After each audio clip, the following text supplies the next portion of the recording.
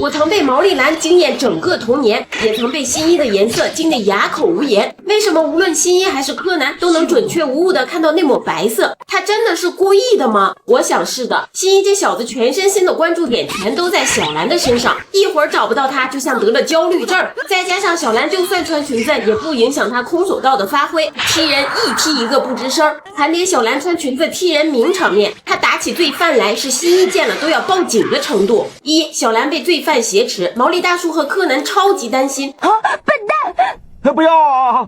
他俩担心的不是小兰，而是那可怜的罪犯啊！小兰一个肘击，接着用脚后跟干懵对方，连衣裙又如何？超短裙又能怎样？生死看淡，不服就干！打完罪犯，小兰说：差点吓死我了。